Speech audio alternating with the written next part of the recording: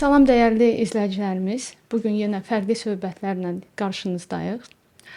Bugünkü mövzumuz qidalanma və pəhrizin autizmdə roludur və qonağımız doktor uzman Ləman Əlirzayevadır. Xoş gəlmisiniz. Çox maraqlı söhbət gözləyir bizi. Mübahisə dolu bir söhbətdir. Elə birinci sualdan başlamaq istərdim. Sizin fikrinizcə bu qida və pəhriz mövzuları niyə autizmli uşaqlarda niyə belə çox müzakirə olunan və hətta deyərdim ki, populyar mövzulardan birinə çevrilib. Yəni fərqli qruplarda, valideyn qruplarında bu ən populyar mövzudur. Hara daxil olursan, birinci sual odur ki, siz pəhrizdəsiniz. Bəs necə qidalanırsınız? İstərdik bu mövzudan danışasınız. Necə gəldik, çıxdıq biz buna? Salamlayıram mən də hər birinizi və kim izləyəcəksə izləyicilərimizi də təşəkkür edirəm dəvətiniz üçün. Ümumiyyətlə autizmdə diyet daxil olmaqla autizm spektr pozuntuları daha düzgün cümlə qurmaq üçün belə deyirəm. Çünki hər uşaq, hər autizm deyilən uşaq bu autizm deyil. İdiopatik bildiyimiz autizm diaqnozu fərqli bir şeydir. Sizdə qidalanma necə ki mövzunun özü çox təəssüf ki populyardır ki bunun da səbəbi həm belə deyim, səbəblərinin, altda yatan səbəbinin tam dəqiq olaraq, elmi olaraq araşdırılıb təqdim edilməməsidir. Araşdırılır, amma elmi nəticəyə gəlib çıxılmayıb ki, nədən yaranır bu xəstəlik və eyni zamanda müalicəsinin, effektiv müalicəsinin olmamasıdır. Bu həm populyar olmasına şərait yaradır və eyni zamanda uşaqlarda da sayı olaraq artmağa doğru davam edir. Və insanlar da belə deyim, bunu çox təəssüf ki, dünyanın hər yerində bu belədir. Maddi qazanc üçün daha da populyarlaşdırırlar və yanlış bilgini yaymaqla mənə görə çarəsiz valideynin belə deyim, çarəsizliyindən istifadə edirlər. Mövzumuz əslində o deyil, amma söhbət diyetdən gedirsə, bunlarda danışacağıq. Həqiqətləri danışmaq bizim borcumuzdur. Mütləq lazımdır ki, həqiqətləri danışaq valideynlərimizə, çünki çox maraqlıdır bu mövzular. Onlar da bilmir ki, bu harda başlayır, harda bitir, qidanın rolu nə qədər önəmlidir, harda isə heç ümumiyyətlə xeyri dəyməyəcək. Ona görə xahiş edirəm doktor, bugün söhbətimiz kifayət qədər açıq və səmimi olsun. Tamamdır.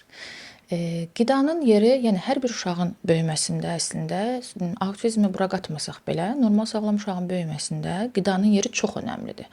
Xüsusən də 5 yaşına qədər. Uşaq yetəri qədər kalori almalıdır, kilosuna, yaşına uyğun olaraq, yetəri qədər protein almalıdır, yağ almalıdır, karbohidrat almalıdır. Buna biz balanslı qida deyirik.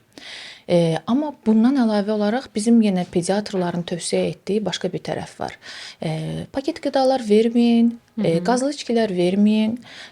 Ondan sonra çalışın ki, evdə hazırlanmış qidanı uşağa verə biləsiniz, güvəndiyiniz və yaxud da trans yağlar içində olmasın. Bu normal hər birimiz üçün keçərli şərtlərdir. Yəni burada bunun autizm yaratması ilə bağlı, aspartamla bağlı bir nəzəriyyə var, hansı ki, hamilə qadınların aspartam istifadəsi ilə bağlıdır ki, bu bəli, aspartamı daha çox, qazlı suları daha çox istifadə edən hamilə qadınların uşaqlarında normala nisbətən daha çox görüldüyünü iddia edir bu çalışma. Yenə də deyirəm, iddia edir. Bunların hamısı iddialardır. Amma faktiki olaraq, tam olaraq bağladığımız və elmi sübut olan heç bir nəzəriyyə yoxdur əlimizdə. Bundan əlavə, uşağın hər şeydən öncə, əgər mən bir metabolik xəstəliklər mütəxəssisiyəm, uşaqda əgər metabolik xəstəlik yoxdursa, sağlamdırsa, bura autizm də daxildir, autizm spektr pozuntusu da daxildir. O uşağın bu balanslı qidadan kənara çıxması doğru deyil. Yəni dediyim protein, karbohidrat və yağ nisbətinin və hər birinin də alması mütləq gərəklidir. Çünki yağlar məcbur olub da yağı kəsdiyimiz uşaqlar var ki, onun metabolik xəstəliyi var. Yağlar beynin inkişafı üçün çox önəmlidir. Xüsusən də sinir hüceyrələrinin miyelizasiyası dediyimiz proses üçün. Və belə olan halda biz yağı kəsirik, yəni uşağın beyin hüceyrəsinin inkişafına zərər vermiş oluruq. Karbohidratı az eləyirik, qan şəkəri düşmə ehtimalı yaranır. Proteindən kəsirik, bu səfər də əzələsi inkişaf etmir. Və belə olanda biz yaxşı bir şey mi edirik? Yox əsla. Çünki ən ümdə məsələ odur ki, uşaq kalorini də yetərli qədər almalıdır. Məsələn, mən eşidirəm ki, diyeta verdiyimiz dönəmdə uşaqlar daha sakitdilər, daha uyumludular ki, bunu o verilən hər hansı müalicəyə cavab vermiş kimi qəbul edir ailələr. Dəfələrlə olub ki, məsələn, psixiatra gedirlər, psixiatrın yazdığı dərmanlar o bizim uşağı süst edir. Bəs qida nə edir? Qida da uyumlu edir. Əslində uyumlu etmək deyil. Burada kalori eksikliyi, defisiti var. Burada balanslaşdırılmamış qidalanma var və bu səbəbdən biz də eləyik. Diyeta dönəmində necə oluruq? Yəni normal kilo vermək istəyən birisi diyeta saxlasa, biz qadınlar bilirik bu mövzunu. Halsız oluruq, baş ağrımız olur, ümumiyyətlə nəsə edəcəksə etmirik və ailələr də bunu belə qiymətləndirir. Xaotik hərəkətləri azalıb. Yəni belə deyim, normalda edəcəyin aktiv işi sən diyeta dövründə edə bilərsənmi? Etmərsən. Amma əslində olan isə qısa belə deyim, zaman ərzində bəlkə də bu qısa vadədə deyilir də, qısa bir zaman ərzində bu sizə uşaq sakitləşdi, daha yaxşı effekt verdi kimi görsənər. Amma bir tərəf, mən indi sağlamlıq tərəfindən danışım, digər tərəfdən immun sistemi çökər zamanla. Digər tərəfdən həm sinir sisteminin və orqan sisteminin inkişafını belə deyim, ciddi şəkildə zədələyə bilər. Doktor, sözünüzü kəsirəm. Bu mövzuda istədim o fikrimi bildirim. Onsuz da bu qidaları sərt pəhrizə daxil edəndə uşaqları alternativ tibb həkimləri kifayət qədər qida əlavələri məsləhət görürlər uşaqlara və elə bir o qidadan ala bilmədiyi vitaminləri süni vitaminlərlə əvəz edirlər. Buna fikriniz, buna münasibətiniz necədir? Əslində belə deyim, yenə deyirəm, mən metabolik xəstəliklər mütəxəssisiyəm və bizim genetik metabolik xəstəlik diaqnozu qoyulmuş uşaqların da bəzilərinin diyet saxlamaq məcbur edir, onlar da ömürlükdür. Yəni saxlamalıdırlar. O başqa bir məsələdir. Bu başqa məsələdir. Bu artıq və burada da diyet saxlayan əgər diyet varsa, mütləq orada əksik aldığı vitamin və mikronutriyenti yerinə qoymaq məcburiyyətindəyik. Yenə də bir əksiklik yaranır. Amma burada məsələ oradan çıxır. Çünki əsas makronutriyenti almamış olur uşaq. Yəni tamam mikronutriyenti qoyduq yerinə, bəs protein yetərli qədər almır. Karbohidratı yetərli qədər almır ki, bizə birinci enerjini verən glukozadır beynimiz üçün. Yəni belə olan halda makronutriyenti almadığı üçün əksikliklər ortaya çıxır. Verdiyi vitaminlərini baxırıq analizlərində normaldır. Uşaq düzəlirmi? Autistik əlamətlərdə geriləmə dediyim kimi sakitləşə bilər maksimum. Amma geriləmə olurmu? Uyumludur. Niyə görə? Çünki diqqətini bir qədər, məsəl üçün ailələr deyir ki, əvvəl mənə 3 dəfə çağıranda cavab verirdi, indi bir dəfə çağıranda cavab verir. Bu da normal deyilmi? Xaotik hərəkət edir uşaq, fikri başqa yerdədir və siz 5 dəfə də çağırsanız cavab verməyəcək. Amma indi süsdür, halsızdır və birincidən də eşidir. Bəsit məntiqlər var burada. Yəni A nöqtəsindən B nöqtəsinə getmək kimi. Möcüzə və fərqlilik, yəni tibbi olaraq, faktiki olaraq bu an üçün yoxdur. Yenə də bu qruplardan gələn suallara fokuslanacağam. Deməli, suallar soruşurlar. Hə, diyetadasınız. Bəs mən çörək vermirəm. Bu kifayətdir.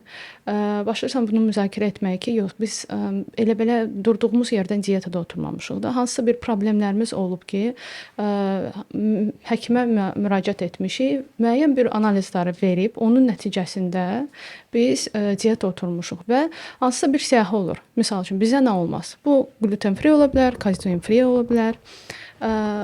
Bu məsləhətlərlə bağlı nə dərəcədə düzgündür ki, valideynlər bir-birinə bu məsləhəti analiz vermədən, ümumiyyətlə hansı analizləri verməlidirlər ki, müəyyən etsinlər valideynlərə bu diyeta uyğun gəlir, yoxsa ümumiyyətlə normal bir həyatın davam etsin uşaq? Bəlkə doktor belə danışaq ki, izləyicilərimizə aydın olsun da. Bir autizmli uşaq valideyni sizə müraciət eləyibsə, iş nədən başlayır, haralara yönləndirirsiniz, hansı analizlərə yönləndirirsiniz, nələrə baxırsınız, hansı göstəricilərə diqqət edirsiniz? Biraz bundan danışaq. İzləyicilərimizə aydın olsun ki, həkimə müraciət edəndə onlar da bildiyiniz kimi uzman metabolist həkimlər ölkəmizdə yoxdur demək olar. Biz sizi axtaranda çox əziyyət çəkdik. Alternativ tibb həkimlərinə adətən müraciət edirlər. Heç olmasa bilsinlər ki, onlara müraciət edəndə doğru yol nədir? Hardan başlayıb hara davam etməlidirlər? Ümumiyyətlə metabolik xəstəliklər mütəxəssisinə gələnə kimi hansı autistik uşaqlar gəlməlidir? O da bir ayrı mövzudur. Çünki ilk olaraq metabolizm həkiminə gəlmirlər. Yəni bu da normaldır. Bu dünyada da belədir qaydası. Ailə hiss edir və yaxud da bağçaya gedirsə, bağçada hiss edirlər. Bağçanın psixoloqu, ana aparır psixoloqa, o hiss edir. Əgər doğru qayda ilə gedirlərsə, psixiatr da görür, nevroloq da görür bu şəkildə. Və nə zaman gəlməlidir? İlk öncə onu deyək ki, nə zaman metabolik xəstəliklər mütəxəssisi görməlidir autistik uşağı? O zaman ki, əslinə baxanda dünyada protokol qaydasından mütləq araşdırılmalıdır ki, altda yatan bir metabolik xəstəlik varmı? Əgər varsa, çünki belə deyim də, bütün ssenari dəyişir. Hər şey dəyişir. Çünki həqiqətən gərəkli bir diyet ilə tədavi müalicəsinə aiddirsə bu diyet başlayır. Eyni zamanda və uşaq ağırlaşa gedərdi. Klinik əlamətləri pisləşərdi, pisləşmə aradan qalxır və hətta deyim sizə ki, normala qayıdır çoxunda. Əgər gec diaqnoz alınmayıbsa, beyin hüceyrələri artıq zədələnməyibsə, biz möcüzəvi nəticələr görə bilirik. Bu belə. Amma nə zaman müraciət eləməlidir ki, əgər normal gedişatlı metabolizma bölümünə yönləndirmə şəklində bir protokolumuz yoxdursa, o zaman həm analar, həm əslində mütəxəssislər belə deyim də, psixoloqlar ya da hər hansı bu mərkəzlər bunu göz ardı edirlər. Burada da aydın məsələdir ki, səbəblər nədir? Amma valideynlər daha diqqətli ola bilərlər. Eyni mərkəzə aparırsınız. Mən əslində mərkəzlərin də rəhbərlərini və oradakı psixoloqlara da bunu tövsiyə eləyirəm. Mərkəzə aparırsınız, orada məsələn, siz hamınız valideynlər, eyni problemlər var, tanıyırsınız bir-birinizi. 10 uşaq eyni vaxtda başlayıb, sizin uşağınızda irəliləyiş yoxdur, onların hamısında irəliləyiş var, məsələn. Əksinə geriləyir. Baxırsınız ki, əvvəl daha az idi bu xaotik hərəkət və yaxud da heç əvvəl qıcolma yox idi, indi qıcolma qoşulubdu prosesə və yaxud da yuxu pozğunluğu qoşulubdu. Nədəsə geriləməmiz, reqressiya deyirik biz buna, geriləməmiz var. Mütləq şəkildə metabolizma bölümü görməlidir. Və yaxud da psixoloqlar və bu təlim verənlər, təlimçilər fərqlidir. Çünki ergoterapiya var, ABA var, fərqli-fərqli. Mən onlar haqqında heç bir şey danışmayacağım, çünki dərinliyini bilmirəm o proseslərin və yanlış cümlə də qurmaq istəmirəm. Onların əslində özlərinin etməsi gərəkən bir mütəmadi, əgər çox geri uşaqdırsa, yəni uşağın dəyərləndirməsində psixomotor dəyərləndirmə testlərini doğru qaydada etməsi gərəkir. Mən öz gözümlə gördümlə məsələ bitmir. Əgər 2 psixomotor dəyərləndirmə testində, məsələn 3 aydan sonra gerçəkdən gözlə hiss eləyir ki, bir gerilik var, əvvəl gəldiyindən daha yaxşı deyil, daha pisdir və yaxud da yerində sayır. Psixomotor dəyərləndirmə testi nedir və görür ki, əvvəl tutaq ki, zəkası 3 yaşında uşağın əvvəl 1 yaş 5 ay idi, indi 1 yaş göstərir. Burada artıq davam edən bir prosesin, aktiv bir prosesin olduğunu göstərir və metabolizmaya mütləq yönləndirməlidir. Məsələn, bir mərkəzin keçirdiyi toplantı var idi. Orada xaricdən bir neçə bu məsələ ilə məşğul olan həm alternativ tipçi, inteqrativ tipçi və yenə də bu ABA terapisi verən, ergoterapi mərkəzi olan mütəxəssislər gəlmişdi. Mən sual verdim ki, sizin psixomotor dəyərləndirmə testini etmə, belə deyim, dövrünüz necədir? Yəni, nə zamandan bir edirsiniz? Nə qədər müddətdən bir edirsiniz? Bizdə gərək yoxdur deyə. Biz özümüz gözümüzdən görürük bunlar. Gərək yoxdur. Öz testlərimiz var. Amma qəbul olunmuş Denver testi, Bailey testi, məsələn, Ankaranın öz gəlişim testi və yaxud da dünyada fərqli testlər var ki, yaş qrupuna görə dəyişir bu. Mütləq şəkildə bunlarla dəyərləndirməlidir uşaqlar. Çünki mən həmişə deyirəm xəstələrə ki, istər autizm olsun, istər metabolik xəstəlik olsun, mən sizə çalışıram o cür yanaşım ki, siz olmadı sənədlərinizi yığdınız, köçəsi oldunuz Amerikaya və orada baxanda görsünlər ki, protokol nə deyirsə o olunubdur, yəni bu uşağa. Və əlavə də həm o həkimə köməkdir, həm də uşağınız bilirsiniz ki, yəni dünya protokolu nədirsə, onunla müalicə olunur, ona uyğun gedir bu şəkildə. Mərkəzlərin bu psixomotor dəyərləndirmə testini etməməsinin də bir neçə səbəbi var. Məsələn, istəyirlər ki, davam etsin, onlarda uşaq davam etsin gəlməyə və yaxud da başqa mərkəzə gedər. Mən belə düşünürəm, yəni ehtimalının qarşısını almaq. Çox güman ki, hərəsinin öz səbəbləri vardır. var, hə. Yəni amma köklənir bir Bəli, bəli, təbii ki. Hə. Yəni bilmirəm, bəlkə də heç özlərinə güvənirlər deyə belədir. Yəni bir günahlandırmaq da düzgün deyil. Sadəcə olaraq yenə dediyim kimi birinin övladına yanaşırsansa, sən bunu protokolla etməlisən. Həm dövlət qarşısında, hüquq qarşısında cavab vermək adına, həm də vicdan adına, həm də valideynlərin qarşısında da sən deyə biləsən ki, mən üzü ağ, necə deyirlər, alnı açığam, hara istəyirsiniz aparın mənim uşağımı. Burada çox önəmli məsələ var, valideynlərin bilməməyi. Bununla da çox gözəl istifadə edən mərkəzlər var. Çünki həqiqətən də bu diaqnoz alandan sonra valideyn düşür bir labirintə. Çıxış yolu çox vaxt heç 90% tapa bilmir.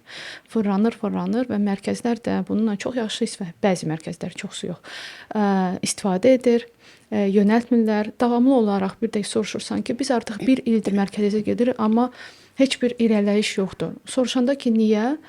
Başqasını bilmir yaxı. Bilmir nə etmək lazımdır. Gedir, başqa nə edəcək? Evdə oturası deyil axı. Ona görə də bu ilə də istifadə edənlər çoxdur. Məqsədimiz də elə odur ki, çox açıq danışaq ki, valideynlər də bilsinlər bu çıxış yolunu heç olmasa 10 qapıdan ikisi qalsın ki, bunu cəhd eləsin, onu cəhd eləsin, bir yolla, istiqamətlə getsiniz. Prosesi anlasınlar. Anlasınlar. Siz dediyiniz protokolu təəssüf ki, biz də çox düşünürük Əsmərlə ki, valideyn bu diaqnozla rastlaşanda bir checklist olmalıdır. O checklistlərdən keçsə, valideyn artıq biləcək ki, onundan məndə ikisidir. Metabolizmdə onunla davam edirəm, hansısa bir başqa problem onunla və bunları çıxmışam artıq.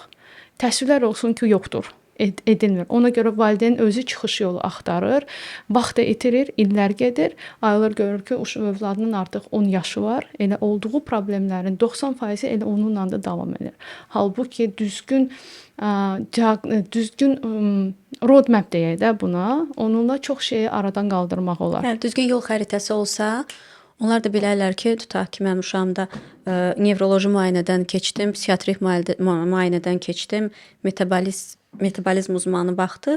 Yəni problemləri baxmaq lazımdır. Varmı nevroloji problem həll eləmək lazımdır? Varmı psixiatri problem mümkün qədər təsir göstərmək lazımdır? Metabolizm problemi varsa həll eləmək lazımdır. Çünki biz bilirik ki, autizm özü olduqca mürəkkəb bir pozuntudur və siz dediyiniz kimi altında yatan səbəblər tam olaraq bəlli deyil. Dəqiqliklə biz bilə bilmirik ki, autizmi ola bilər ki, məsələn, Gülə xanımın övladında autizmi başqa bir səbəb yaradıb. Mənim övladımda səbəb, problem tam bir ayrı istiqamətdədir. Ona görə hər bir uşağa individual yanaşmalıyıq, problemlərinə individual yanaşmalıyıq.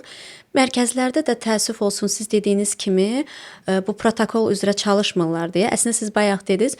Məsələn, mən izlədiyim beynəlxalq mütəxəssislər, ABA mütəxəssisləri ki, hansı mənim övladım ABA təlimi alıb həmişə, mən onları izləyəndə, dinləyəndə orada bir əsas qayda var ki, bir ABA təlimçi uşağı təlimə almazdan qabaq valideyndən xahiş eləyir ki, fiziki cəhətdən sağlamlığını yoxlayın, sonra gətirin.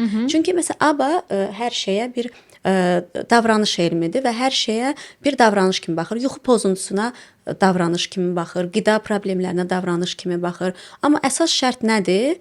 Birinci, tibbi baxımdan uşağı yoxlamaq lazım. Əgər uşağın tibbi problemi yoxdursa, amma hələ də yuxu problemləri davam edirsə, onda ona ABA davranışsal yanaşır və davranış cəhətdən onu həll eləməyə çalışır. Qida cəhətdən əgər uşağın məsələn udğunma ilə bağlı, ya mədə bağırsağı ilə bağlı heç bir problemi yoxdursa, onda davranışsal yanaşır və onu davranış terapiyası ilə həll eləməyə çalışır və eləcə də digər problemlərə. Əsas şərt mütləq tibbi uşaq yoxlanmalıdır və əgər həkimlik bir durum yoxdursa, davranış təlimçisi belə qolunu çırmalayır, işə başlayır. Təəssüf ki, bir çox mərkəzlər bunu bilmir, yönləndirmirlər valideynləri. Bizim də əsas məqsədimiz bu podkastlarla valideynlərə ona görə səslənmək istəyirik ki, müxtəlif mütəxəssislər dəvət edirik ki, doğru yolu bilsinlər, sizlərdən öyrənsinlər. Estağfurullah, doğru yol belə deyim də biz tibb tərəfindən tibblə olan hissəsini deyirik.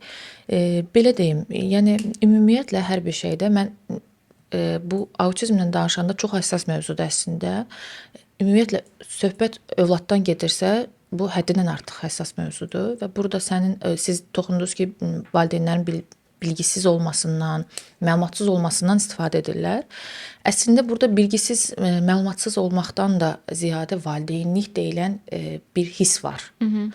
Və sən bilgili və məlumatlı olsam belə ki, mənim yaxınlarımda həkimlər var, onların da övladları autistikdirlər və bilirlər ki, bəzən ki, bu yol bəlkə də doğru deyil.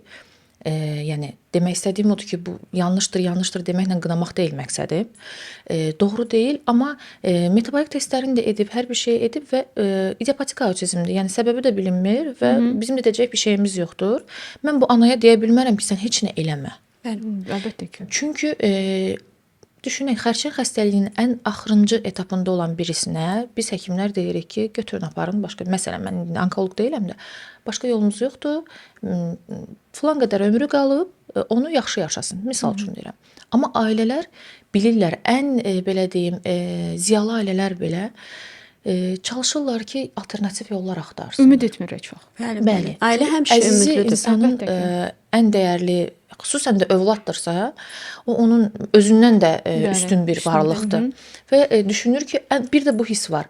Mən bəlkə buradan fayda görəcəm və bunu etməsəm vicdan əzabı çəkərəm ki, bəlkə mən də buradan çox görəcəkdir. rastlaşıram. Bəli. Hə, bilirəm yanlışdır, amma bunu da etmiş olum ki, mən uşağım qarşısında bunu etmiş hiss edim özümü. Amma burada ona görə deyirəm ki, bu məlumatsızlıq bəli var və xüsusən də yanlış yönləndirmələr olmasın deyə ailələr özləri araşdırmalıdırlar bir tərəfdən də. Həkim edir, mütəxəssis sizi məsləhət verir, mərkəzlər sizə yol göstərir. Əlbəttə hamı pis deyil. İçində çoxu yaxşıdır, çoxu çalışır ki, hər şeydə kənara qoysaq, hər kəs istəyir ki, göstərdiyi xidmətdən razı qalınsın. Amma autizm belə bir məsələdir ki, istər Azərbaycan olsun, istər yəni Amerikada da bu çox təəssüf ki, biznes xatirinə çox üzr istəyirəm ifadəmə görə şarlatanlıq burada çox böyük bir ən böyük problemimiz elə odur. Yəni sosial şəbəkələrdə də bunu görürük. İkinci problem odur ki, valideynlər buna inanır. Axın o qədərdir ki, yəni ki sən onu yox, doğru yol budur, etmə. Amma onlar elə necə deyim, düzgün deyim, elə danışırlar ki, inandırırlar da insanlar, valideynləri. İnandırıcılıq qabiliyyətləri yüksək olur. Çox yüksək yəni, olur. O yenə də problem eyni yerə gəlib. Autizmlə bağlı cavablardan çox suallar var və valideyn də araşdıranda yenə görür ki, bunun kök səbəbi bəlli deyil.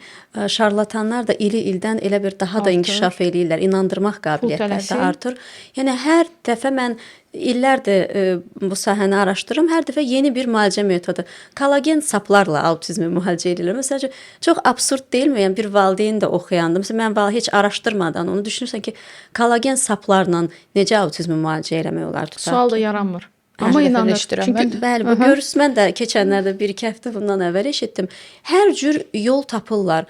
Yəni ağla gəlməz bir şeylər düşünürlər ki, hə bu autizm artıq sağaldacağıq və s. Valideyn sorğulamalıdır. Təbii ki, heç bir valideyn yolun başında bilmir nə edəcək və siz demiş, həmişə valideyn övladı üçün ən yaxşısını istəyir. Heç bir valideyn istəməz övladına ziyan gəlsin, nəsə bir pis bir şey olsun. Amma sorğulayan valideyn əvvəl-axır o metodlardan uyğununu tapır övladı üçün və burada əsas heç effektiv olması bir qırağı, əsas odur ki, ziyanlı olmasın. Amma bir məsələ də var. Məsələn, düz deyirsiniz, sorğulayan valideyn axır əvvəl gəlir tapır. Amma uşaq üçün bu zaman bəzən çox önəmli olur. Gecikmiş oluruq. Məsələn, elə altda yatan metabolik xəstəlik varsa, gerçəkdən gecikmiş oluruq və beyin hüceyrələri artıq yanmış olur, belə deyim. Beyin hüceyrəsi məhv olubsa da onun geri dönüşü yoxdur. Və yaxud da digər tərəfini danışın. Məsələn, deyirsiniz ki, bəzən həm ailələrin yönləndirməsi və yaxud da mərkəzlərdə fayda görən uşaqlar da bir trigger olur valideynlərə ki, davam etmək lazımdır. İndi fayda görmürəm, amma fayda görən varsa davam etməliyəm. Burada başqa məsələlər var. Yenə də orada altda yatan bütün uşaqlar araşdırılmır deyə, altda yatan səbəblərin də əslində elmi izahı vardır. Məsəl üçün, ailəvi olaraq bir genetik bir xəstəlik vardır. Xəstəlik deməyim də, fərqlilik vardır. Xəstəlik tamam ayrı mövzu.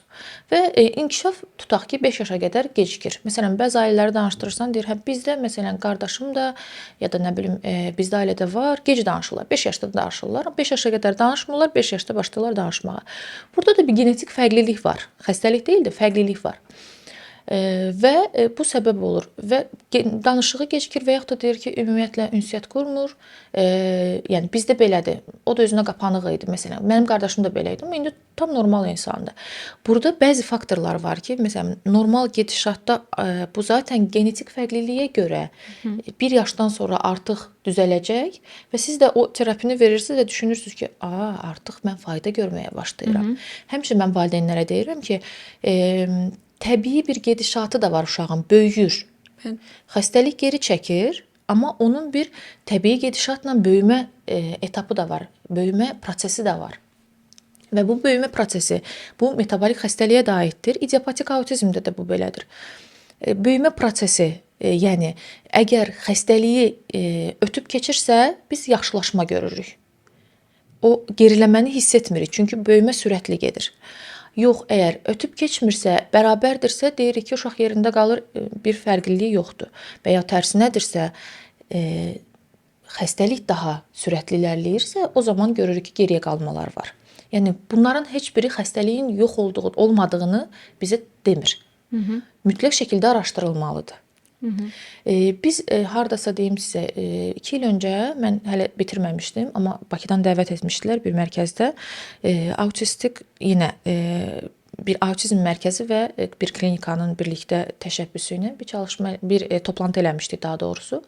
Və orada mən görürdüm ki, ailələr bəziləri metabolik testləri veriblər, amma səbəb başqadır. Eliminasiya diyet edirlər. Bunu da eşitmisiniz, yəqin ki, bilirsiniz. Müəyyən qidaları tamamilə çıxarırlar. Yavaş-yavaş daxil edirlər rasiona. Bunun üçün də metabolik testlərdən ya amin turşularına baxırlar qanda ki, az oldu, çox oldu, görürsən bu düşdü deyə bundan sən nəticə aldın. Və veriblər və belə deyim, bunun bilinçsiz şəkildə veriblər testləri. Yəni o testlərin də verilməsi üçün fərqli bir yanaşma lazımdır əslində və bunu heç bir diyet yazan metabolik xəstəliklər mütəxəssisi deyilsə, bunun uzmanlığını, bunun ixtisasını almayıbsa edə bilməz. Metabolik xəstəlikləri, yəni həkimlərimiz var, illərlə məşğul olurlar, başqa ixtisasda üst ixtisas alıblar, amma əgər onlar geri dönüş eləyirsə, metabolik xəstəliklər mütəxəssisindən o testlərin interpretasiyasını istəyirsə, sən dietoloq və yaxud da sən hansısa terapist bunu edə bilmərsən. İstədiyinin, mənə ən çox o hissə maraqlıdır. Məsələn, valideyndən sizin dediyiniz kimi üzlərlə test istənilir və valideyn sorğulanmır ki, sən baxdın bunu necə bunu dəyərləndirdin? Sorğulanmır və elə bu mövzunu yekunlaşdırıb net bir necə də ifadə yönəltmək istərdim dinləyicilərimizə ki, dietanı başlamamışdan öncə analizlər verilməlidir. Bunu çıxartdım, onu çıxartdımdan bu diyeta demək deyil də, hansısa bir problem olmalıdır. O başdan başa yanlışdır. Eliminasiya diyeti tibbdə var. O zaman var ki, sənin bu allergoloqların istifadə etdiyi allergeni müəyyənləşdirmək. Bəli, allergeni müəyyənləşdirmək və allergenə hiposensibilizasiya yaratmaq üçündür. Tamam başqa bir şeydir və qətiyyən əlaqəsi yoxdur. Yaxşı, sən onu az-az verməyə başladınsa, əgər bu zərərlidirsə, bunun mənası nə oldu? Bir nöqtədə artıq verəcəksən. Əlbəttə. Yəni məntiqi yenə gəlir o necə deyim, biraz dini mövzulara girir bu. Yenə gəlir o ayrışmaz mövzuya gəlir ki, fayda görür, ailələr yönəlir ora, amma bu fayda uzun müddətli fayda deyil və yaxud da uzun vadədə geri dönüşümüz daha pis ola bilər və vaxt itirmiş ola bilərik. Ona görə mən nə tövsiyə eləyə bilərəm? Ailələr özləri araşdırsınlar. Ailələr özləri çalışsınlar maariflənməyə ki, dünyada buna necə yanaşılır? Google-dan axtarmaqla deyil bu, ya da ChatGPT-yə yazmaqla deyil. Çünki son zamanların populyar mövzusu da ChatGPT-dir. Xəstələr də bizim üstümüzə bəzən ChatGPT-də baxdım, sən belə demişdin, amma ChatGPT-də belə çıxdı gəlirlər. İnsanlar düşünür ki, ChatGPT mütləq doğru məlumatı verir, amma başa düşmürlər ki, ChatGPT məlumatı internet saytlarından çəkib götürür və həmin saytda yanlış məlumat verən bir insan məqalə varsa, təbii ki, ChatGPT də sənə verəcək. Bəli, yanlış məlumat verəcək. Düzdür, düz deyil. Qeyd şərtsiz ChatGPT-nin məlumatlarını ən son doğru kimi də, yəni qəbul edirlər. Bu çox yanlışdır. Bizim xəstəliklərin çoxsunda autizm spektr pozuntusu bir əlamətdir. Yəni görürük bu uşaqlarda. Və mutasiya fərqli olanda, yəni bunlar hamısı genetik xəstəlikdir və mutasiya fərqlidirsə, hətta bir evin içindəki uşaq xəstə olar, hərəsi fərqli özünü göstərər və fərqlidirsə, hətta eyni mutasiyadır, amma uşaqlarda gedişat fərqlidir. Bir uşaqda məsələn o ChatGPT-ni də deyirəm, yazırlar məsələn sənə gəlir müayinəyə, deyirsən xəstəliyin adını diaqnostikadan sonra, deyir ki, doktor, ola bilməz mənim uşağımda bu, çünki orada mən baxdım, çox ağır klinik əlamətlər olmalıdır. Mənim uşağımda yoxdur bunlar.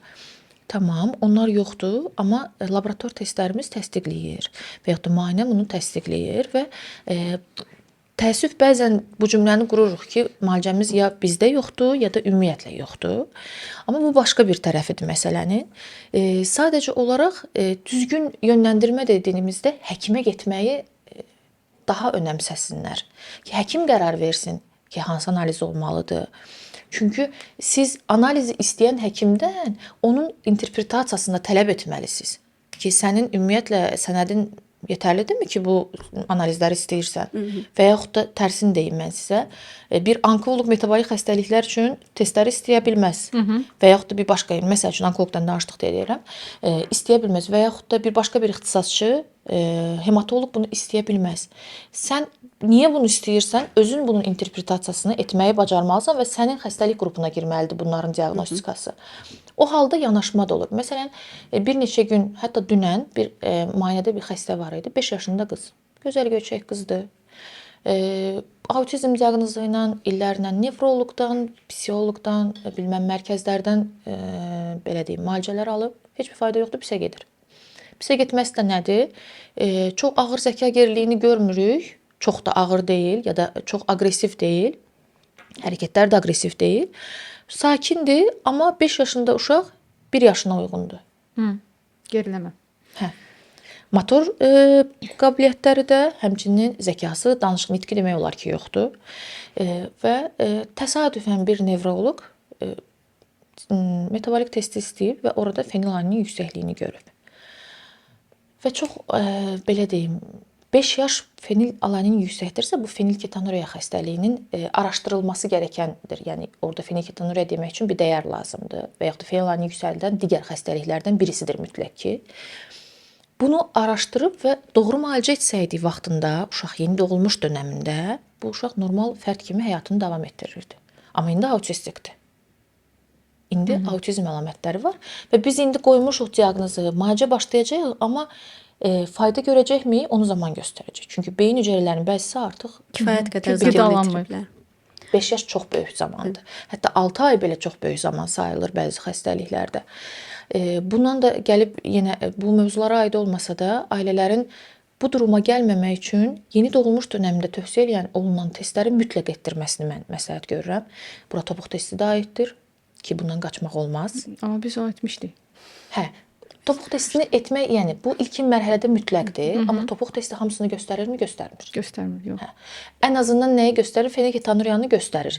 Daha çox autistik əlamət verən uşaqlarımıza, çünki fenilalaninin yüksəkliyində bu xəstəliklərdə biz məsələn qaraciyər tutulumu, qaraciyərdəki hər hansı pozuntu, böyrəkdə hər hansı pozuntu, ürəkdə hər hansı bir xəstəlik görmürük irəliləyən dövrlərdə.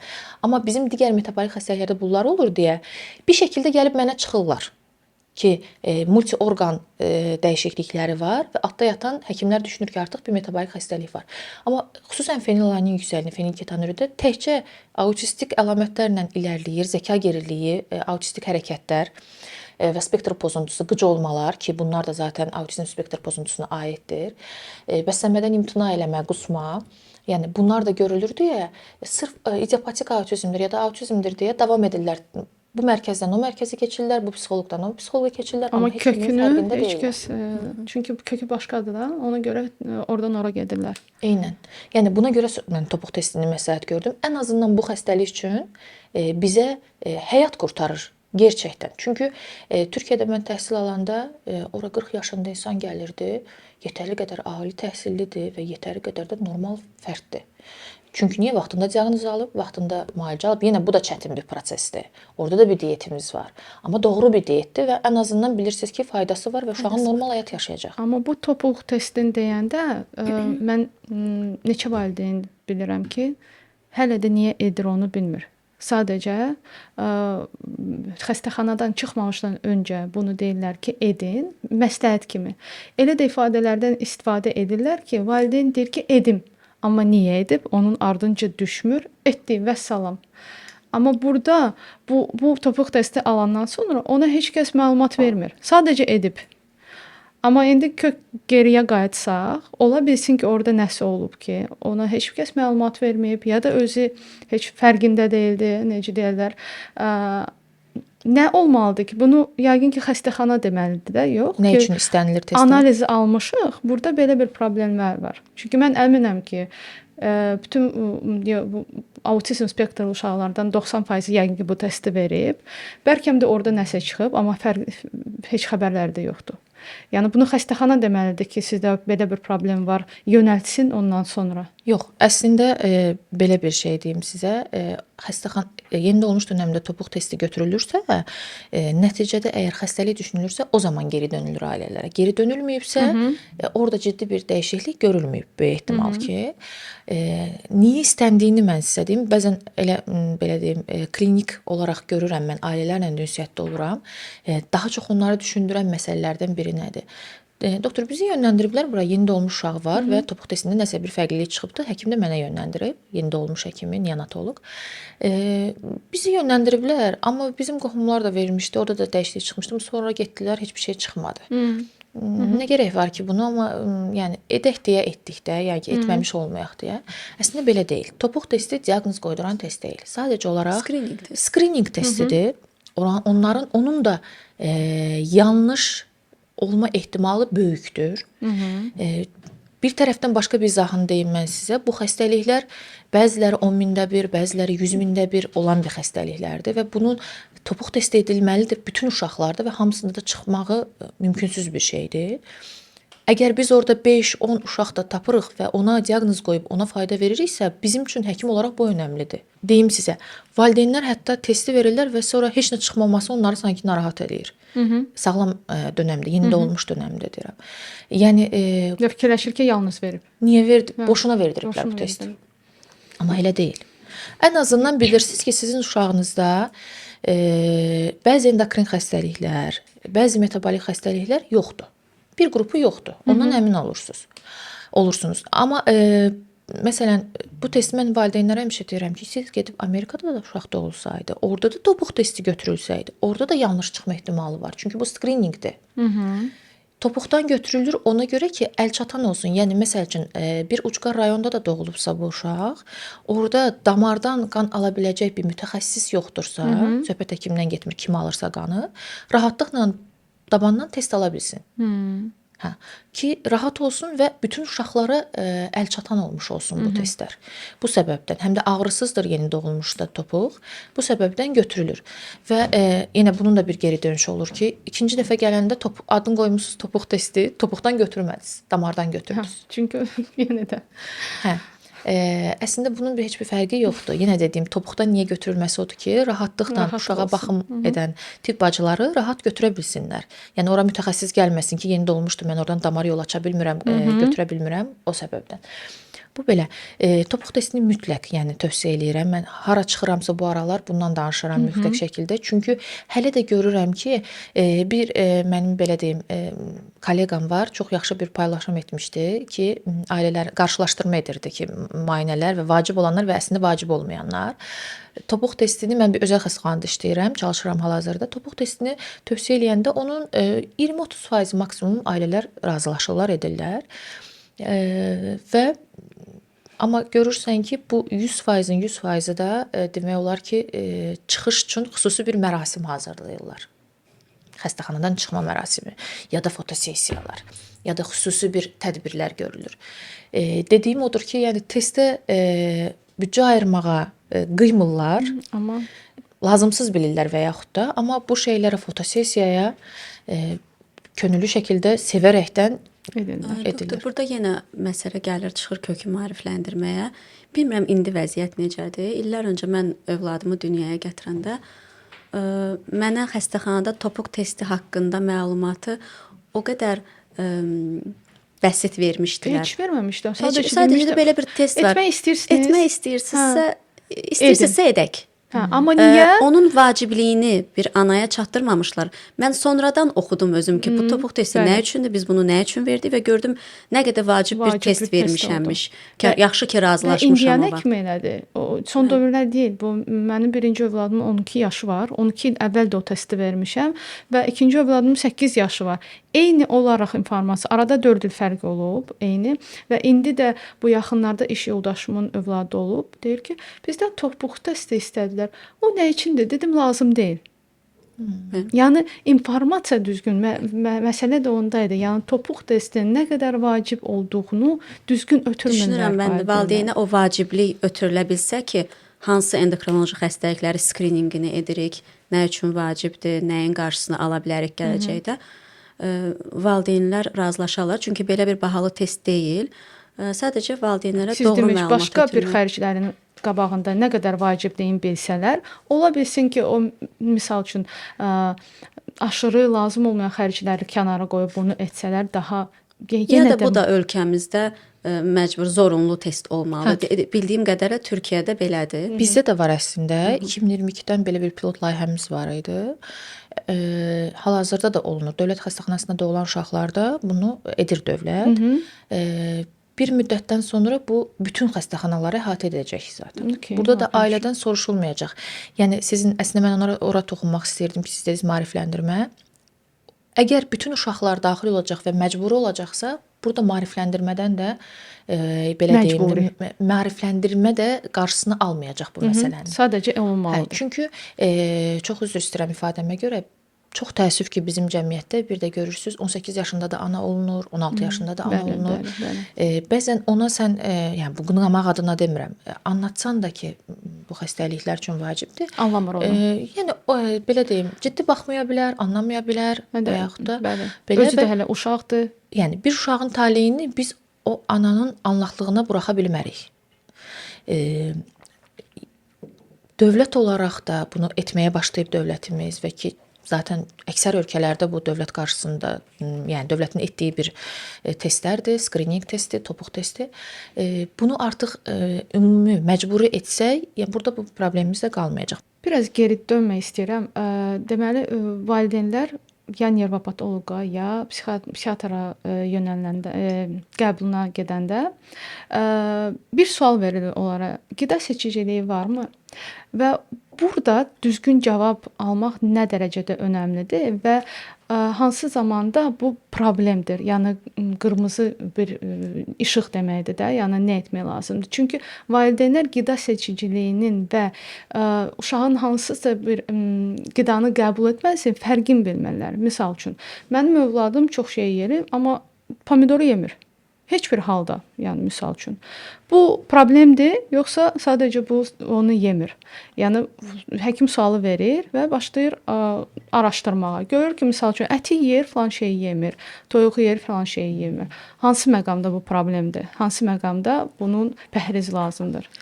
Əslində o qədər gözəl bir nöqtəyə toxundunuz. Bu bir növ mənim ixtisasımdır, mənim xəstəliklərimin diaqnostikasına gedən yoldakı ən vacib suallardan biridir, belə deyim. Nə demək istəyirəm? Əslində pomidoru yemir bizim üçün çox dəyərli, çox önəmli deyil əslində. Amma bu makronutrient dediyimiz karbohidrat, protein, yağ, bunlardan hansındansa tamamilə imtina edirsə, burada artıq metabolik xəstəlikdən söhbət gedə bilər. Və yaxud imtina etmək yox. Verirsən qusmalar artırsa, məsələn, qətiyyən ət yemir, yumurta yemir, ağartı yemir. Burada artıq protein qəbul edə bilmir bu uşaq. Demək ki, protein metabolizması ilə bağlı bir problemimiz var. Və yaxud da meyvə yemir, meyvədən tamamilə qaçır. Əslində bunlar nə deməkdir? Xəstəliyi bilinçsiz şəkildə bədən bilir və özünə bir müdafiə mexanizmi formalaşdırır. Ki, bunu mənə vermə, versən mən daha pis olaram və ya qusaram. Çünki niyə? Qanda maddələr artır, hansı xəstəliyə uyğundursa, o xəstəliyə uyğun maddə, toksik maddə artır, beyninə zədə verir və o artığını beyin qəbul etməmək üçün qusma ilə reaksiya verir. Çıxart bunu. Bu sənə lazım deyil. Və əgər mütəxəssis bu sualı verirsə, mən çox sevinərəm ki, versə və onu yönləndirsə metabolik xəstəliklər mütəxəssisinə, həqiqətən diaqnoz qoyular və metabolik xəstəlik də belədir. Dediyim kimi, genetik xəstəlikdir. birinci uşaqdır ailənin, autistik əlamətləri var. İdiopatik autizmdə biz bunu çox gözləmirik. Məsələn, evdə 3 uşaq var, birində olur autizm və yaxud da autizmlə bağlı autizmə meyllilik genləri də var. Bilirsiniz, bundan xəbərdarsınız. Ki, sübut eləyir ki, gerçəkdən meyllilik yarada bilir və yaxud da autizm yarada bilir. Amma genetik əgər bilinən bir mutasiya, bilinən bir genda qüsurla bağlı bir metabolik xəstəlikdirsə, burada vəziyyət digər uşaqlar üçün də çox önəmlidir. Niyə? Gələcəkdə birinci uşağıdırsa xüsusən və yaxud da bundan sonra da övlad sahibi olmaq istəyirsə, o xəstəliyi ona da ötürə bilər. Bir uşaq var, ikincisi də doğula bilər belə. Üçüncüsü də doğula bilər belə. Yəni biri çətindir ailə üçün. Düşünün ki, üçü də belədir. Ki zaten Belə də ailələr var. Var. Burada genetik səbəblər mütləq araşdırılmalıdır. Onda düzmü başa düşürəm ki, sadaladığı 10 məhsuldan 8-in qəbul etmirsə və yaxud da 5-in qəbul etmirsə, artıq bu siqnaldır. Bəli, siqnaldır. Xüsusən də qusmaları varsa, Çünki mənə çox vaxt yazırlar valideynlər ki, misal üçün yumurtadan başqa heç nə yemir, bütün günü yumurta yeyir. Mən nə edim? Mən deyirəm ki, siz artıq müraciət etməlisiniz, araşdırmalısınız. Bu normal deyil. Uşaq bu qədər yumurta yeməməlidir. Yumurta yoxdursa heç nə yemir. Bu problemdir. Yəni uzun müddət baş verirsə, bu problemdir. Ona görə bu mövzulardan da həssas bir mövzudur və düzgün həkimlər bu sualları verir və sonra yönəldilir. Yəni amma valideyn çox vaxt qulaq asmır ki, yemir də vəssalam. Biz bu xəstəliklərdə xüsusən 3 sual əsas sualımızdır bizim. Qohumluq varmı? Çünki qohumluq genetik xəstəliyi ehtimalını artırır. İkinci sualımız qida seçirmi? Üçüncü sualımız da geriləməsini hiss edirsinizmi? Yəni öncədən dedim ki, geriləmə olmadığı hallarda da ola bilər metabolik xəstəlik, amma gözlə görüləcək əvvəlkindən pisə gedən nəsə varsa, burada da mütləq şəkildə metabolik xəstəlik araşdırılmalıdır. Məsələn, nitqində 10 söz var idi, indi artıq 3 sözü var. Məsələn, əvvəl sağollaşırdı, indi ümumiyyətlə heç kimə reaksiya vermir. Yekun olaraq belə nəticəyə gəldik ki, əgər uşaqda təlimi alırsa, davamlı təlimdədirsə, amma təlimdən dinamika görmürsə və hətta reqres varsa, geriləmə görürsə və uşaqlıqdan motor inkişafında da gözlə görülən problemlər varsa, onda mütləq ki, uzman metabolistə müraciət etməlidir və altında yatan səbəbi tapmalıdır. Doktor, genetik xəstəliklərdən başqa, bu endokrinoloji problemlərdən başqa bilirsiniz ki, bu alternativ tipdə autizmi bağırsağı müalicə edərək autizmdən sağalmağı bağırsağı müalicəsində görürlər və deyirlər bağırsaq ikinci beynimizdir. Bir kəlmə mikrobiota. Bəli, mikrobiota, nəcis analizləri verilir, kandida müalicə olunur, müxtəlif digər başqa antivirus protokolları, antibakteriya protokolları tətbiq olunur, gluten-free, kazein-free, sugar-free pəhrizlər tətbiq olunur. İstərdim biraz bundan danışaq ki, nə dərəcədə bağırsaq rol oynayır autizm və digər inkişaf pozuntularında, ondan biraz məlumat verəsiniz və bu pəhrizlərin hər hansı bir elmi sübutu varmı? Kandida ilə mübarizənin elmi sübutu varmı? Biraz bundan danışardıq. Əslində belə deyim, bu kazein, gluten və şəkərsiz diyetlər bunların autizmlə əlaqələndirilən güvənilir bir elmi əsasa söykənən bir məqalə, bir protokol yoxdur.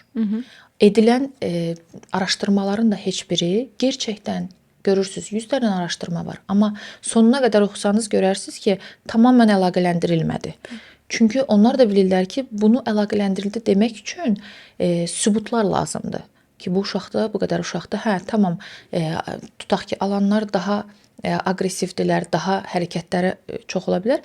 Bu da zaten normal tibbi izahda öz yerini tapır. Məsələn, özümüzdən götürək. Halsızlıq kofe içirik, kofein alırıq, daha özümüzü gümrah hiss eləyirik. Yəni, bunların tibbi izahı var, amma xəstəliyi yaradır və bunu çıxartsan, maksimum öndə dediyim kimi, yəni uşaq biraz enerjisiz olacaq. Heç bir elmi sübutu yoxdur, hansısa qida ilə sırf olaraq əlaqəlidir. Bağırsaq məsələsi, bu biraz, belə deyim, əgər yox, burada gerçəkdən bir intolerans dediyimiz vəziyyət varsa ki, bu zaten qəbul olunur, kazeinə qarşı, ondan sonra glutenə qarşı ki, sonrası xəstəliyə gedənlər də var, çölyak xəstəliyimiz var. seliakiya xəstəliyi. Yəni bunlar sübut olunursa, əlbəttə bunlar uşağın nevroloji əlamətlərindən tutun bütün böyüməsinə təsir edən, yəni adda yatan bir xəstəlik var, elmi sübut var ki, intolerans var bu maddəyə qarşı. O ayrı mövzudur. Belə halda əlbəttə diyet də saxlamağı, yəni düzgün mütəxəssislə etmək mütləqdir.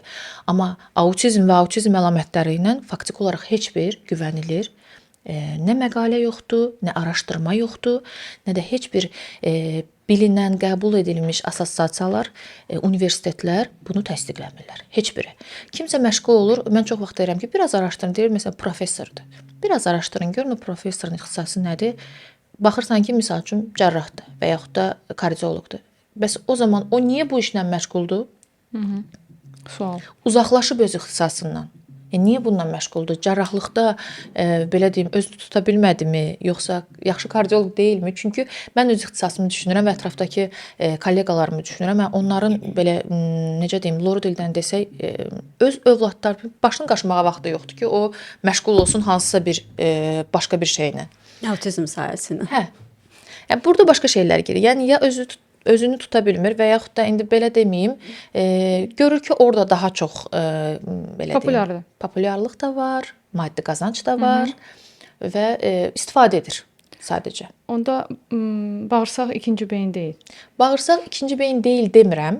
Çünki yəni belə deyim, zərərli qidalar qəbul edəndə bu hamımız üçün bağırsaq Təsir edir istər-istəməz təbii ki. Təsir edir.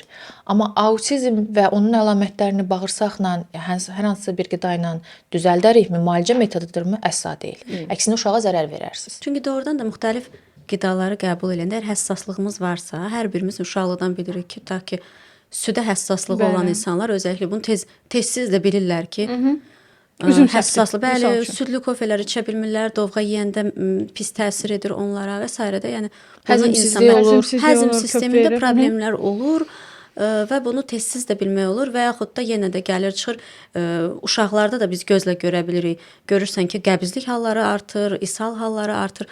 Artıq gözlə görünən hansı bir klinik simptom var, sən həkimə müraciət eləməli olursan, gastroenteroloqa müraciət eləməli olursan, ya başqa bir ciddi problem varsa endokrinoloqa müraciət eləməli olursan, əgər uzman metabolist tanımırsan yoxsa ölkəndə, yaxın profillərə müraciət edirsən və illaki bir səbəbini tapırsan, əgər doğrudan da bir problem varsa. Və müalicə də edirsən. Doğrudan əgər bizim tutaq ki, kandidamız varsa, onu müalicə edirik. Amma autizm sağalırmı?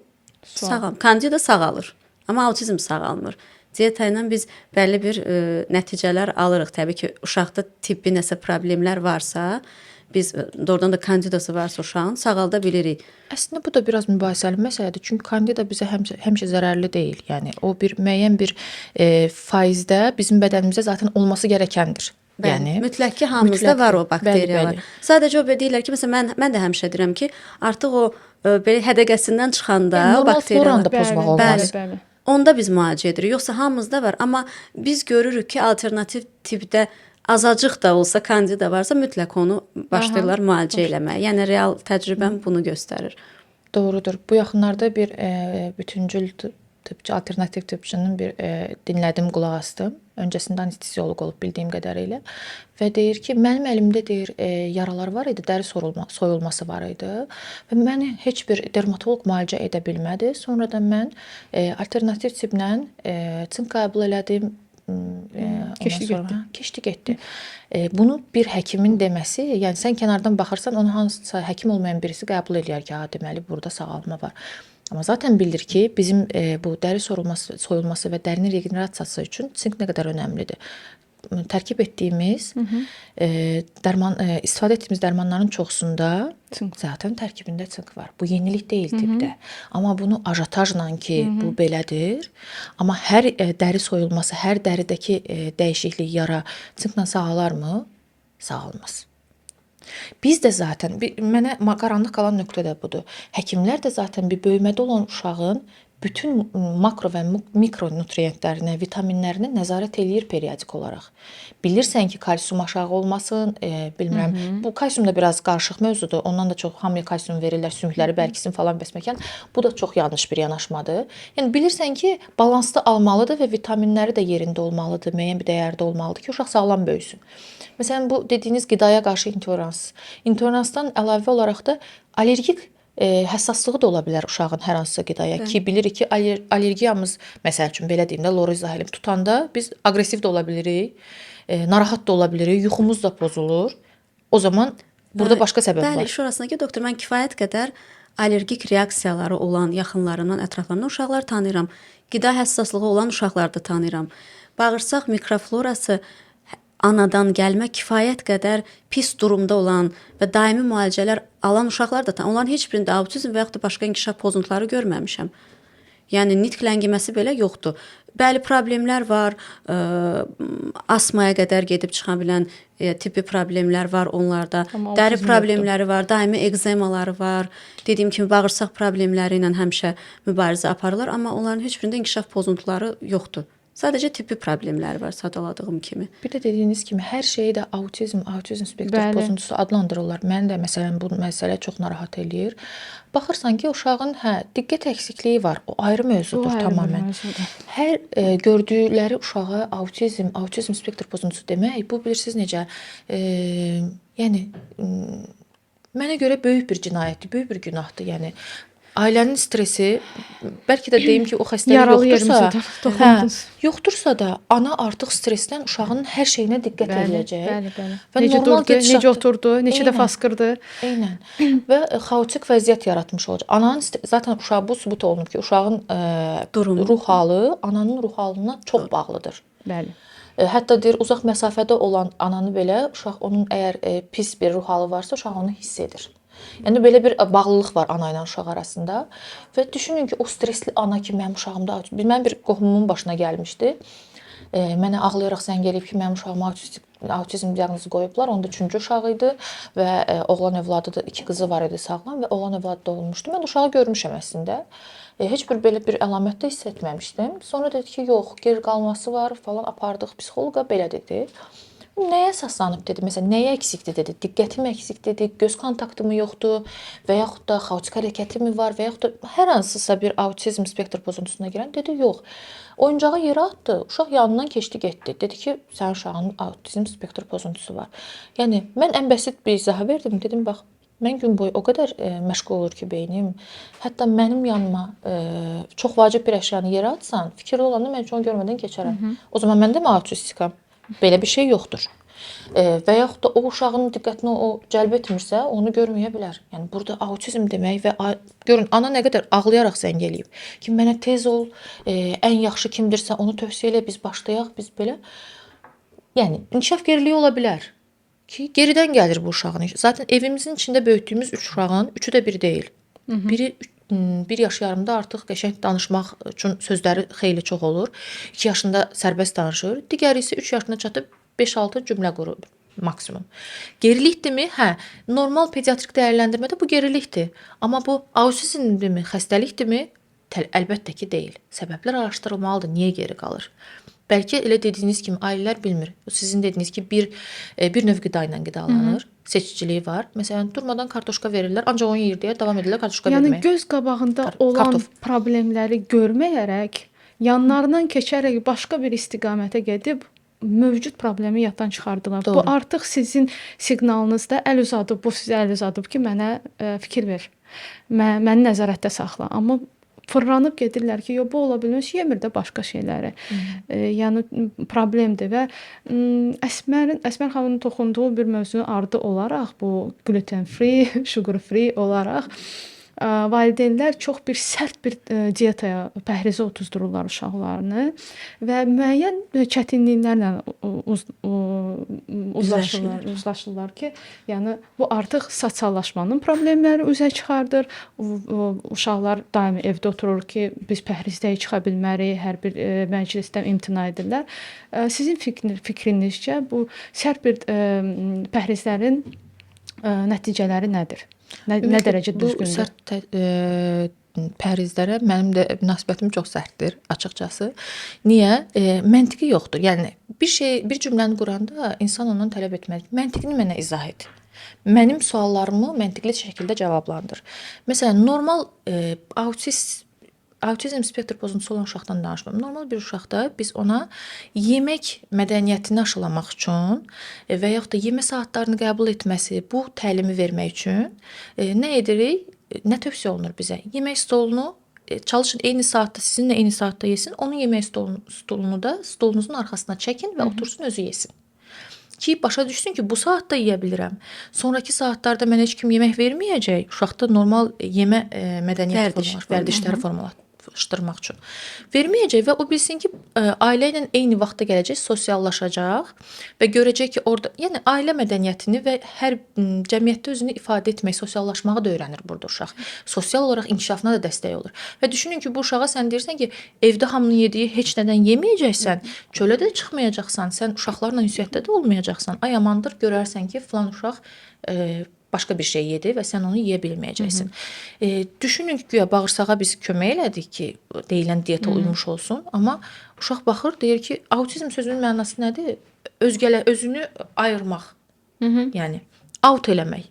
Və bu diyetlə siz uşağı zaten out eləyirsiniz. İn eləmirsiniz sosial kifayət qədər fərqlənir. Üstünə bir fərqlilik də, fərqlilik qidalanma fərqli. Baxır və deyir ki, demək ki, mən fərqliyəm. Demək ki, mən ayrı bir necə deyim, bu insanlardan fərqli, daha da kəskinləşir. Sabah məktəbdə də eyni şey olur. Hamı başqa cür qidalanır, o isə yox mən bundan yeyə bilmirəm, mən özəl.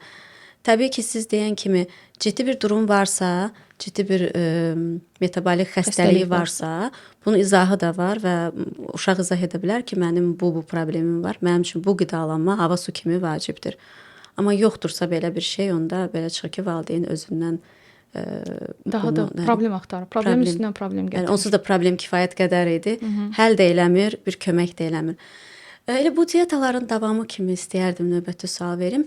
Bilirsiniz ki, bu diyetalara oturanda, sərt diyetalara oturanda uşaqlar müxtəlif elementlərin çatışmazlığı yarana bilər. Vitamin çatışmazlığı yaranır və başqa mikro-makro elementlər. Bütün bunları biz süni qida əlavələri ilə başlayırıq əvəz eləməyə. Və çox vaxt mən görürəm ki, valideynlər özləri verirlər bu qida əlavələrini, müxtəlif saytlardan sifariş eləyirlər qida əlavələrini, bəli, bir-birindən məsləhət alırlar. Mən uşağıma omega 3 verdim, çox faydası dəydi. Mən uşağıma başqa nə bilim B vitamini kompleksi verdim, sakitləşdi və s. İstəyirəm biraz bundan danışaq ki, bu qida əlavələri nə dərəcədə təhlükəsizdir? Olarmı bunu öz başına həkimsiz istədiyin qədər içmək, qəbul etmək və s. Əslində onların hamısına qida əlavəsi deməklə belə deyim, normallaşdırmağa çalışırlar. Amma hətta belə bir D vitamininə qarşı belə bir hamımız çalışır, hər kəs çalışır ki, profilaktik D vitamini alsın. Öz başından belə deyim. Normal halda belə autizmi qırağa qoyduq. Diyet alan uşağı kənara qoyduq və normal halda belə öz başına profilaktik hər hansısa dərman almaq düzgün bir şey deyil. Bunun bir tərəfə profilaktik düzdür, kiçik dozlardır, böyük doz almırlar. Amma əgər sənin bəs gerçəkdən bir eksikliyin varsa, sən o zaman boşuna almış olursan. Günlük ehtiyacını ödəyirsən, amma eksikliyin yerində qalmış olur. Bu tərəfi var. Və bu bioloji qida əlavələri, bunların hamısı dərmanlardır. Yəni üstünə dərman yazmır, amma eksikliyin varsa, sən onu yüksək dozada verəndə sən artıq müalicə etmiş olursan həkim olaraq. Yəni bu müalicəyə girir və öz başına qəbul və yaxud da yüksəkdirsə, sən bunu verirsən, toksik doza çatdırırsan. Bunu da görürük, çox təəssüf ki. Ona görə hətta profilaktik dozda, məsələn, multivitaminlərin içində çox mikro ölçülərdədir. Mikroqramlardır və s. Onları müalicə məqsədli yox, onları dəstək məqsədli edə bilirik. Amma məsələn, dünən bir xəstə gəlibdi, çox yüksək dozda maqnezium sitrat verilir. Ki, bundan fayda görəcək, bundan bəs çox yüksəldi, toksik doza çatdı. Bunun öhdəliyini kim götürür üzərinə? Yəni kim bunu idarə edir? Kim götürür ki, kifayət qədər görünür doktor, valideynlər arasında yüksək doz B vitamini, yüksək doz A vitamini ilə autizmi müalicə eləyirlər. Fol turşusu. Bir də eşitdiyimə görə Amerikada belə bir sayt da var. Sırf olaraq autistik uşaqlar üçün bəddar çox da orada da. Yəni kökü əslində oradan gəlir. Bizim ölkəmizdə bu son dövrlər bu pəhriz söhbətləri, qida əlavələri bizdən illər öncə Amerikada, Rusiyada, Türkiyə daha böyük ölkələrdə bu olub. olub. İndi bizim valideynlər daha çox buna meylənirlər. Ona görə elə istədik ki, bugünkü mövzumuzu qida ətrafında danışaq. Balanslı yeməlidir. Nəyisə həddindən çox, nəyisə heç yeməməsi artıq ortada bir problemin olduğunu göstərir. Bunu mütləq şəkildə balanslı hamısından qəbul etmək məcburiyyətindədir uşaq. Əgər altda yatan bir o makronutriyentə qarşı bir həssaslığı, xəstəliyi yoxdursa. Yetəri qədər protein də almalıdır və karbohidrat da almalıdır və yağ da almalıdır. Çünki böyümədə olan uşaq üçün xüsusən məsələn biz ət yeməsək vegetarianlar var bilirsiniz. Ət yeməsək nə olar? Bu qida əlavələrindən yerinə qoyduq. Tamam. O da bir belə deyim, qarışıq bir mövzudur ki, fayda mı gerçəkdən düzgündürmü sağlamlıq açısından bunu etmək? Amma belə deyim, yeməsən yenə yerinə böyük yaşda bunu bir şəkildə tolerə edə bilirik. Amma uşaq üçün protein çox önəmlidir. 1 yaş dönəmində əzələ inkişaf etməlidir. Əzələ üçün protein alımı çox önəmlidir. Ona görə çalışsınlar internetdən deyil, periodik ki, hansı ki rutin pediatrik müayinəyə aparırlar uşağı, pediatrla məsləhətləşsinlər. Ən bəsidir. Ki, pediatr mənə məsləhət görürmü ki, bunu belə etmək və yaxud da bu bioloji aktiv maddəni mənə tövsiyə edirmi ki, gərək varmı mənim uşağıma bunu vermək? Onu versinlər o halda. Yəni mütəxəssislə məsləhətləşmək mütləq şəkildədir. Amma yenə deyirəm, burada biraz başqa məsələlər girir ortaya. Sizin dediyiniz kimi mütəxəssislərlə də fərqli onların da yönəlmələri fərqlidir, çox təəssüf. O səbəbdən özlərinin də necə deyirlər, ayıq-sayıq olması çox önəmlidir valideynlərin. Ki, mənim uşağımı dediyiniz kimi aparıram, neçə müddətdir bu həkim və yaxud da mərkəzə fayda görmürəm. Demək, burada bir şey vardır. Ən bəsti psixomotor dəyərləndirmələrdir ki, geriyə mi gedir, iləri mi gedir? Geriyə gedir, niyə geriyə gedir? Bunu tapmaq lazımdır. Ona görə bir cümlə var, deyirlər ki, hər kəsin həkimi özü olmalıdır.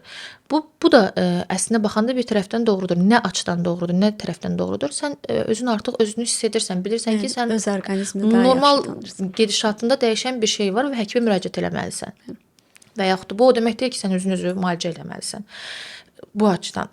Eləcə də valideynlikdə də valideyn də uşağın ən belə deyim, diqqətli izləyicisidir. Və gerçəkdən görürsə ki, fayda görmür ki, zaten bu fayda görməmək vaxt itirmək deməkdir. Onun öncəsində də bilməlidir ki, lazımı gələn tibbi bütün yoxlanışları etmişəm mən. Qalıb səbəbi bilinməyən idiopatik autizm. Bundan sonra hansı uyğun mərkəzi seçəcəm? Bu artıq belə deyim, türklər deyir, tartışılır. Sənin qərarına uyğun götürəcəksən, sənin uşağına uyğun olanı onu qərar verəcəksən bu şəkildə. Amma öncəsində mütləq metabolik, əgər reqressiya varsa və nevroloq və ya psixiatr yönəldirsə ki, metabolizma həkimi görsün, mütləq yönəlmək lazımdır. Və balanslı qidalanma çox vacibdir. Diyetlərdən hər diyet, yəni dediyim kimi, öncə bizim həkim olaraq bizim bu belə deyim, şüarlarımızdan, devizlərimizdən də budur ki, uşağa öncə zərər vermə. Yəni öncə sən zərər verməməlisən. Sonra sən onun müalicəsinə, yəni müalicə də verirsənsə çalışmalısan ki, o müalicə ona zərər verməsin. Yəni bu şəkildə. O diyetlər uşağa həm psixoloji, həm sağlamlıq, fiziki olaraq nə qədər zərər verir? Yəni bunu anlamaq lazımdır ki, gərək yoxdursa uşağıma mən zərər verirəm. Təşəkkür edirik doktor. Yəni çox maraqlı mövzu oldu. Kifayət qədər faydalı və maraqlı oldu mövzumuz. Mən özüm də çox şey öyrəndim. Düşünürəm valideynlərimiz də öz suallarına cavab tapdılar. Çünki çox suallar verirlər qidalanma ilə bağlı, qida əlavələrlə bağlı. Ümid edirəm suallarına cavab tapdılar. Əgər hər hansı bir sualınız cavabsız qaldısa, yenə də videonun altında paylaşın. Biz ya doktor özü cavab verər, ya biz doktordan öyrənərik. O sualınızı da cavablamağa çalışarıq. Təşəkkür edirik. Təşəkkür edirəm. Mən təşəkkür edirəm hər biriniz üçün. İnşallah ki, yəni böyük bir faizi idiopatik autizmni bilirik. Bunlar üçün də gerçəkdən elmdə sübutlu müalicə və yanaşma taktikaları irəli gələn illərdə ortaya çıxmış olar və sizləri sevindirər. İnşallah.